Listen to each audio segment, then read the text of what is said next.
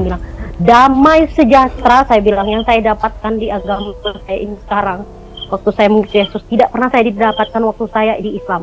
Saya sholat, ku bilang, sampai jungkir balik, ku bilang, Pak, mohon sama Jungkir Tuhan, balik. sama Allah, saya bilang, saya besok supaya diberikan keberanian untuk menghadapi hari besok. Itu jawabannya saya tidak dapat, tapi di dalam nama Tuhan Yesus keberanian itu ada. Apa itu namanya waktu saya bilang itu, ketakutan saya hilang. Ibu ini mengatakan damai saat bersama Yesus dan tidak damai saat jungkir balik sholat. Seperti apa? Mari kita bahas. Assalamualaikum warahmatullahi wabarakatuh. Jumpa lagi dengan saya Sukmahadi Al-Mandari. Ikhwah fillah yang insya Allah dimuliakan oleh Allah Subhanahu Wa Taala. Saya ucapkan terima kasih banyak kepada seluruh subscriber, dan untuk sahabat dakwah yang baru bergabung, jangan lupa tekan tombol like, share, dan subscribe agar selalu mendapatkan konten dakwah terbaru dari kami. Ikhwah fillah, kembali kami kabarkan ini ada seorang ibu yang katanya dulu dia Islam, ya lalu sekarang dia murtad, menjadi orang murtad. Ini ya, katanya dulu dia Islam, beragama Islam, rajin belajar agama Islam, rajin sholat sampai jungkir balik kata dia ya. Wallahu alam, apakah ini benar bahwa dia dulunya Islam atau memang kadar kafir dari lahir. Tapi kalau dia benar Islam, awalnya saya pikir harusnya dia belajar dengan baik. Kalau belajar dengan baik, rasa-rasanya tidak akan murtad ya. Kita akan menemukan kejanggalan-kejanggalan dalam kesaksian ibu ini. Baik, mari kita simak sama-sama seperti apa. Nanti kita akan komentari juga sama-sama. Bilang, damai sejahtera, saya bilang, yang saya dapatkan di agama saya ini sekarang. Damai waktu sejahtera. saya mengikuti Yesus tidak pernah saya didapatkan waktu saya di Islam.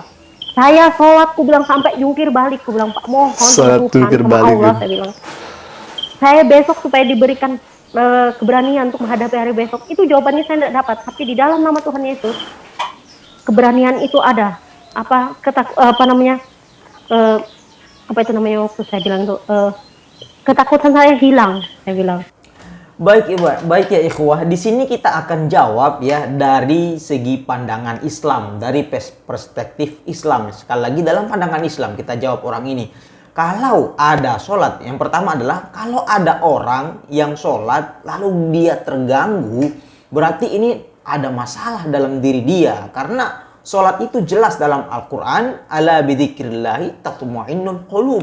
Sholat itu adalah zikir itu tatma'innul qulub, menenangkan hati kita. Itu ya, jadi sholat itu menenangkan hati, karena sholat itu adalah zikir kepada Allah Subhanahu Wa Taala. Kalau lah ada yang nggak tenang, lah kok nggak tenang, berarti ada yang salah dalam dirinya.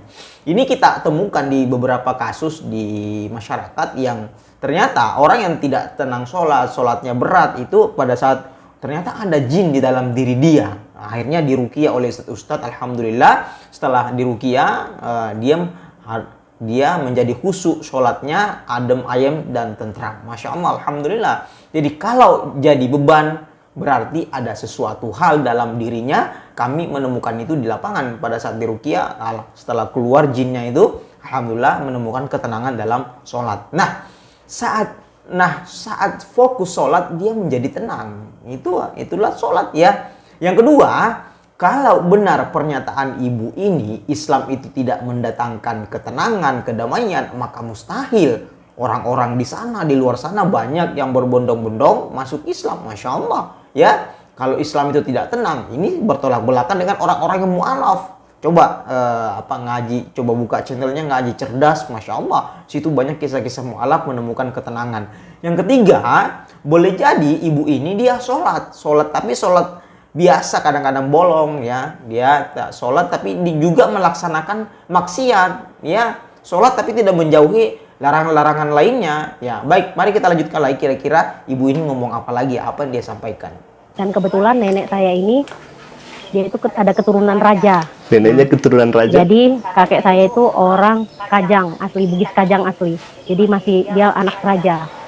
Dan singkat cerita, saya lanjut waktu saya datang ke Sulawesi itu, di tempat bapak saya tinggal di daerah baru.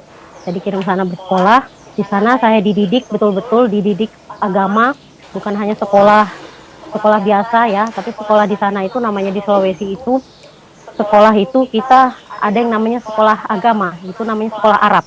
Nah, sekolah Arab ini di situ saya dididik bagaimana tentang agama Islam, bagaimana sholat 5 waktu, diajarkan berbahasa berbahasa apa namanya tuh, berbahasa Arab. Berbahasa Arab. Nah, biasanya murtadin ini kalau bersaksi, dia akan mengatakan dulu rajin ibadah, dulu jadiin sholat dan seterusnya. Ya, sampai-sampai dalam pendidikannya, ini kesaksian basi sih menurut saya ini. Dulunya dia pendidikannya belajar bahasa Arab. Ini hampir semua murtadin itu ngomong kayak gitu. Tapi kalau baca Quran, kita tes baca Quran, sudah banyak video-video konten saya, dia mengatakan banyak dari mereka tidak sesuai dengan skillnya. Gak bisa ngaji pun salah-salah. Dalam mengaji atau bahasa Arab pun salah-salah. Ya, banyak kita saksikan ya bahkan mereka mengaku sebagai imam masjid. Mungkin ini mereka memberikan keterangan ini agar non-muslim di luar sana beranggapan bahwa semakin belajar Islam, semakin dalam belajar Islam itu nanti juga pada akhirnya akan murtad. Ini kesaksian yang basi menurut saya. Baik, seperti apa? Mari kita lanjutkan videonya. Di suatu ketika pernah saya, karena tinggal di Sulawesi, saya harus tahu cara ngaji orang di sana. Kalau ngaji orang di sana itu kita nggak ngaji seperti yang ada di tempat-tempat lain, di wilayah-wilayah lain ya. Kalau di Sulawesi itu kita ngajinya harus pakai bahasa Arab. Ngaji pakai bahasa Arab. Ngaji pakai bahasa Arab. Ini kalau di Sulawesi ngaji pakai bahasa Arab. Jadi di sini dia mengatakan ngaji di Sulawesi pakai bahasa Arab, berarti ini menarik ya. Jadi apakah berbeda ya dengan ngaji di luar Sulawesi? Apa betul adanya demikian atau seperti itu? Di luar Sulawesi itu beda ya. Di mana-mana kayak di Kalimantan, di Jawa, di Jakarta, di Bandung, di Bogor, semua kalau ngaji itu berbahasa Arab. Ya, bagaimana jadinya kalau beda-beda? Karena kenapa? Mau di Indonesia, di Jawa, di Mesir, di mana semuanya berbahasa Arab. Kenapa? Karena Al-Quran itu berbahasa Arab. Mohon maaf, saya orang Sulawesi ya. Bahkan saya sudah keliling. Asli saya orang Sulawesi ya. Jadi saya tahu, sudah ke Jawa, istri saya orang Jawa ya. Kemudian saya sudah keluar negeri 7 tahun, saya hampir 7 tahun lebih S1 S2 di luar negeri, dan saya melihat semua dimanapun berada itu ngaji itu harus berbahasa Arab.